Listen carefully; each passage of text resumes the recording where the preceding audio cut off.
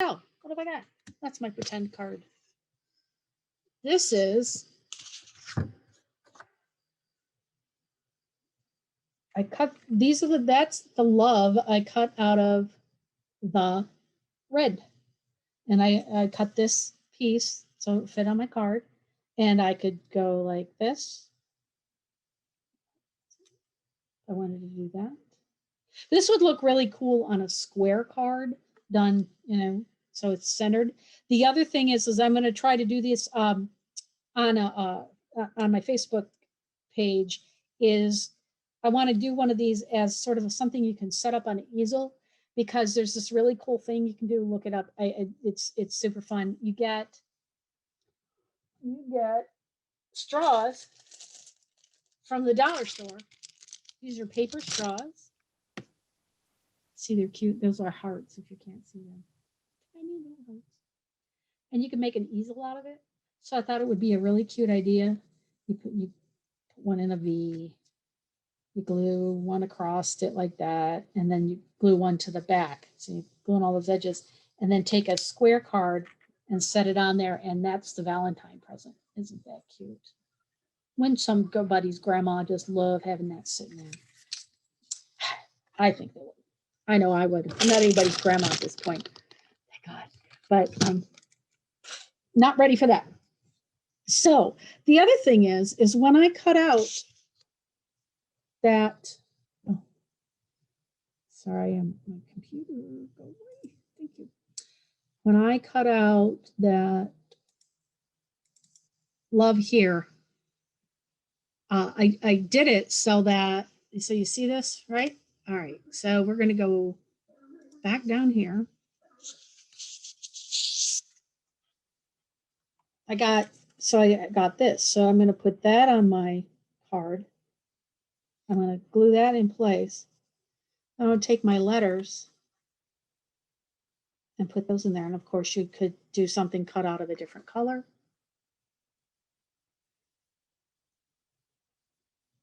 So that's pretty cool. But what I was also left with is this. Let's see. Let's do it against the white square. There we go. So I could take, I wouldn't take the pink ones. I'd take the red ones.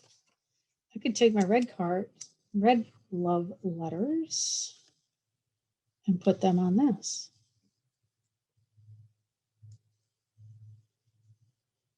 Now, the thing about this is this design, you can see how fine it is, especially when we've taken it from something that was 80 some odd inches wide down to something that is 5 inches wide, 4 inches wide. So you do have to be careful when you take these letters off of your mat. And I'm going to show you something here. These are this is a mat full of hearts that I cut. Oh, look, you can see that really well. I just took 4 different kinds of paper and cut 6 by 6 squares and filled each corner up with hearts.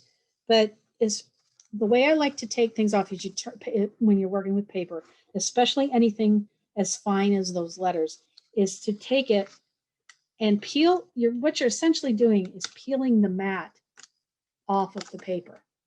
And what that helps you do, this is the tool that I like to use. It's a silhouette spatula, and it's got a pretty sharp edge on it. Obviously, these are hearts, and they're popping off of here pretty easily. But with that, with those letters, I was very carefully getting it to come up off the mat and then taking it off. Okay, so now I'm gonna, because if you peel up your paper, so this is going to be okay because this isn't. Oh, about that. Oh, and here, yeah, we'll go to back to there in a second. Here is me. If I pull this paper up, you'll notice that now it's kind of curved. That's because paper, is a fiber. And you ever use curling ribbon?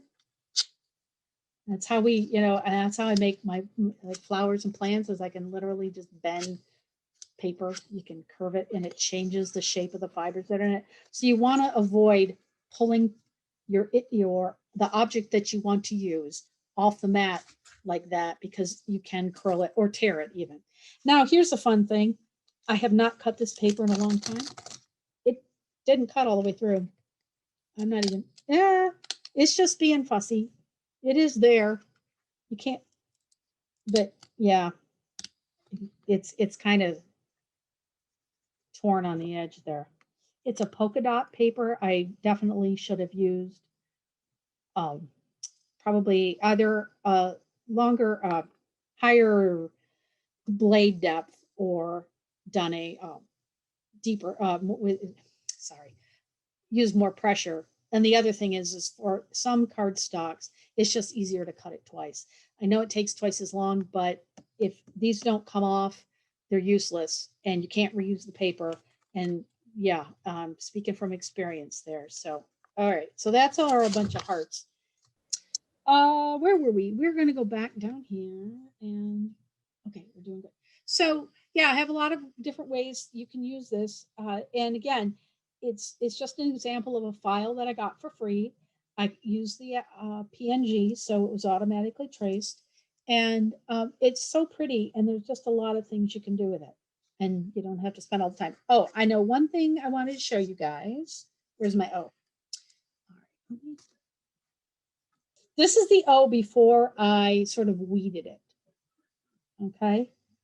And I don't, you see how it wants to sort of stick in the, if I pulled on this, I'd be very likely to tear that little heart off. You can't really see it, but it's, you saw the other ones. So what I like to do is, I got this off the mat.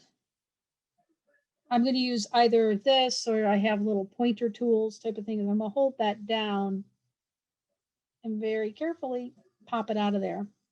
This paper is not the best cutting paper. Interestingly enough, it is also not cheap paper. It's basil or basil or however they pronounce that. It's B-A-Z-Z-I, no, B-A-Z-I-L-L, something like that. And but it does a lot of things very well and it's beautiful paper, but these finer cuts it's not good for. On your resource list, if you're looking for really nice quality cardstock, particularly if you're going to sell anything, I highly recommend the 12 by 12 cardstock shop, which is an online place to buy things. And oh look, I tore that. Okay, see, and that's what happens when you get in a hurry. I ripped my O. Now, if this was for somebody I loved who wasn't real fussy, I might not redo it, but knowing me, I'd do it anyway because I couldn't stand. Yeah, that is really torn up. You see, I've completely kind of shredded that, so not good.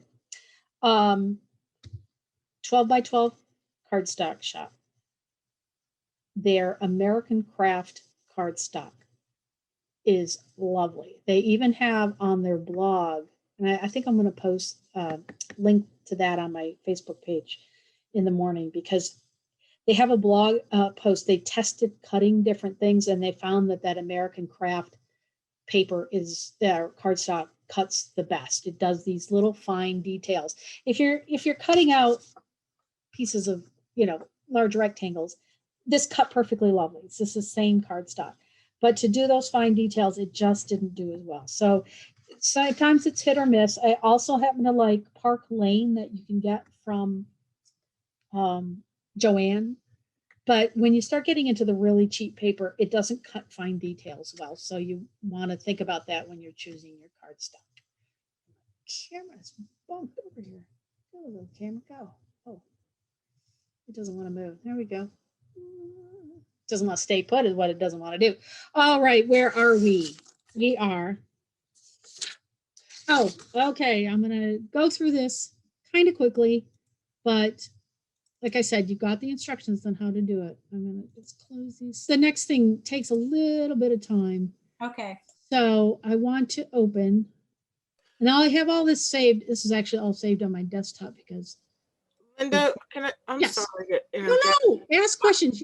Okay, so I guess I'm coming from Cricut World here, where yes. you cut the inside and the negative, they have to be the same dial size. When you cut that when you're the negative where you put the little love letters inside of, were they at the same size? Oh, no, what that Okay, was, okay, okay, I see. I made it offset. Gotcha. Okay, Yep, thank yep. you. You're welcome. That was a very lovely question. And that's why I did it. So I took my card. I said, I'm gonna, hopefully this will work. I'm gonna do it real quickly. Let's see. It's called, come on, Linda, you can do it. Okay. I got everything selected. I say subtract. Yep. What I actually did for that is I had, those are really cute if you can think of, if you want to put all that back together. But let me undo this again. Let me go. What I'm going to do is I'm going to take this and do remember our offset. And because I want to do it, I did it as a group. Except that's not group. So it did it as each individual letter. Yep. I'm going to undo that. Yes, can you, let me go in here. Because I have them grouped, it did each letter individually, or because I don't have them grouped, excuse me. So if I undo all of that, and I group that over up here, go to group selected shapes, and come back in there so you can see what happens. And now I offset it. Oh, well, that's interesting, because now it really did something weird.